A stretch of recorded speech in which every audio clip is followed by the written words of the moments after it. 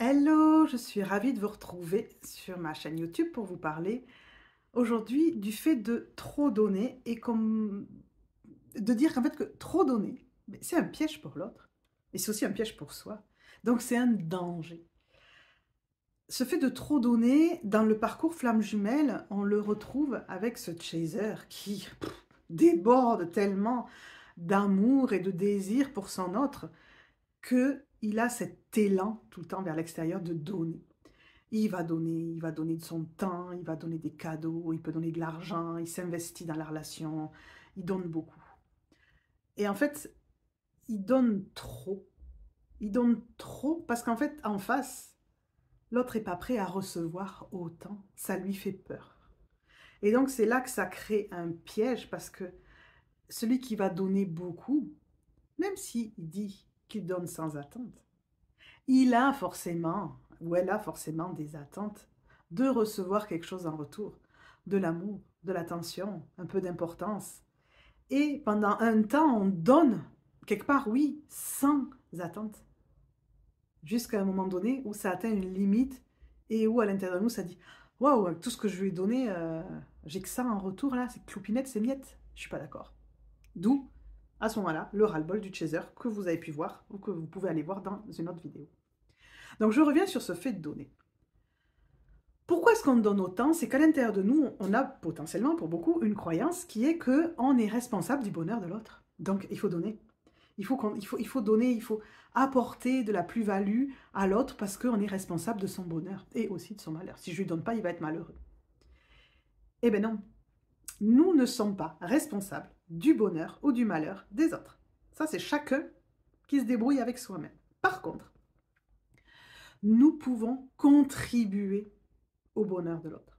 C'est-à-dire que nous avons le droit de faire des actions qui pourraient apporter plus de joie dans la vie des autres. Qu'est-ce que je pourrais faire pour rendre ta vie plus belle? C'est ça qu'on a envie de donner en fait. Et pour faire ça, moi je vous dis, il y a 2 points importants à retenir. Le premier point, c'est de vérifier si j'ai des attentes quand je veux donner, quand je veux contribuer au bonheur de l'autre. Vous devez aller vérifier à l'intérieur de vous en profondeur, est-ce que j'ai des attentes? Et là, les belles âmes vont dire, non, zéro attente. Moins.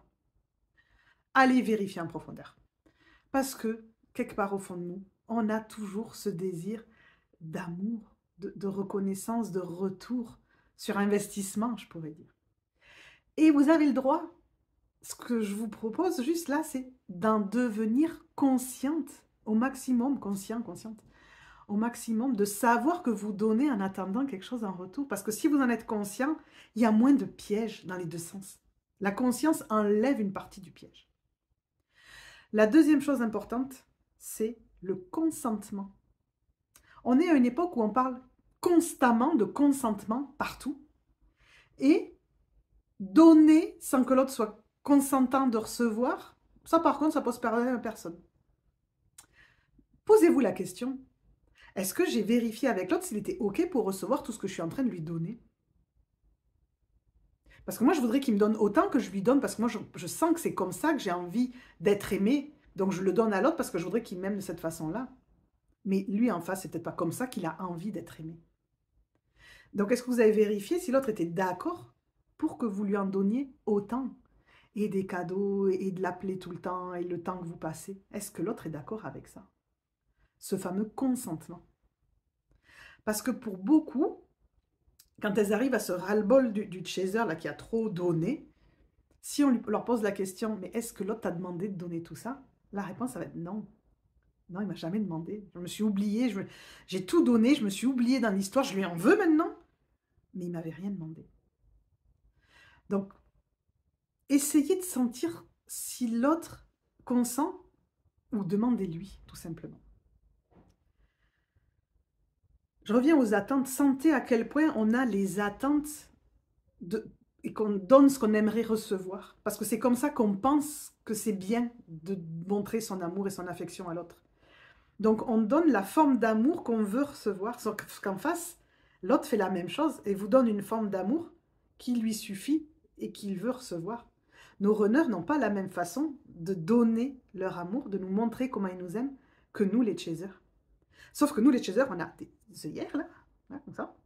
Et on dit, mais non, c'est comme ça qu'on doit aimer, c'est ça qui est bien. On est d'accord, hein, c'est comme ça que c'est bien, parce que, regarde, l'autre, il prend pas soin de nous, il nous appelle pas, il fait rien, donc ça, c'est pas bien. Nous, on sait comment c'est que c'est bien, c'est comme ça. Et donc, l'autre devrait faire la même chose.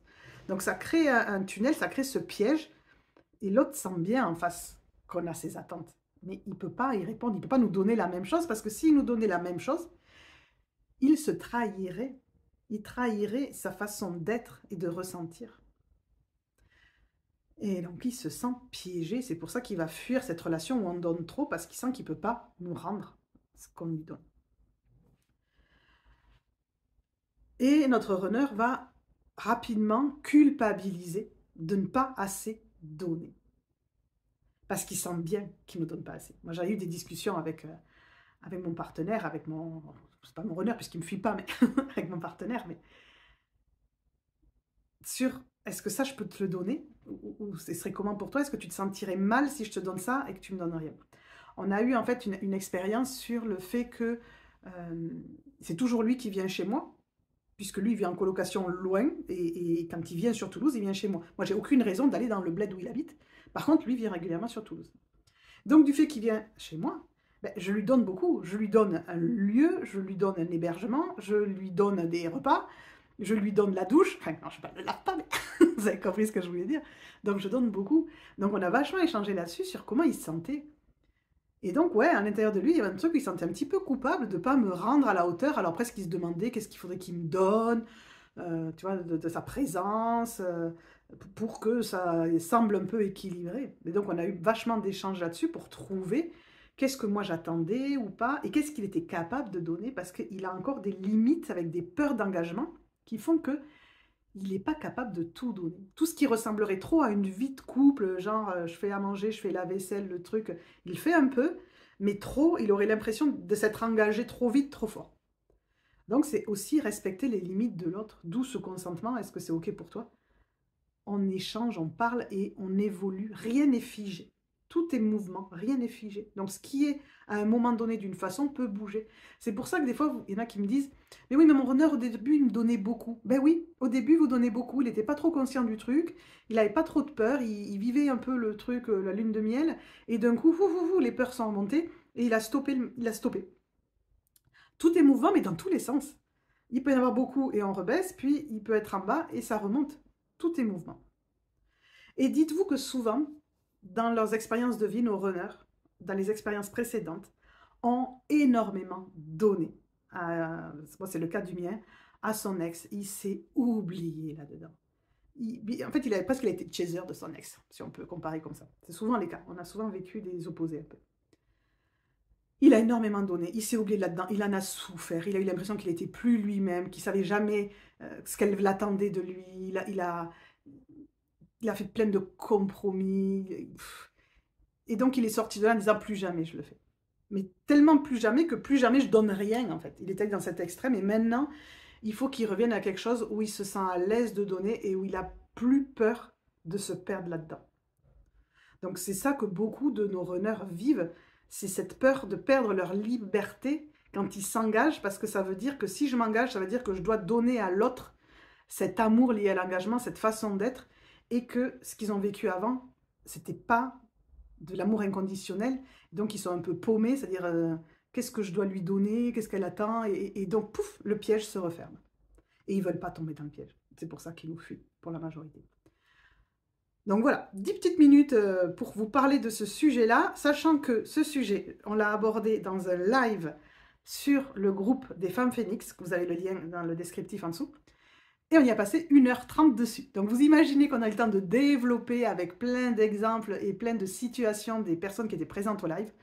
Donc si vous avez envie de profiter de cette énergie du live, ben, je vous propose de rejoindre le groupe des femmes Phénix qui est réservé aux femmes. Je suis désolée messieurs, c'est un groupe pour les femmes.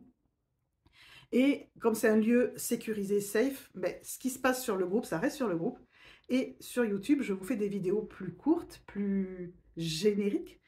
Par contre, si vous voulez profiter de ces temps de partage où on va avoir beaucoup plus de retours d'expérience les unes avec les autres, ben, c'est sur le groupe. Et ça sonne à la porte, vous avez entendu, et vous savez ce que c'est? C'est mon chéri. Je vous quitte, ciao ciao.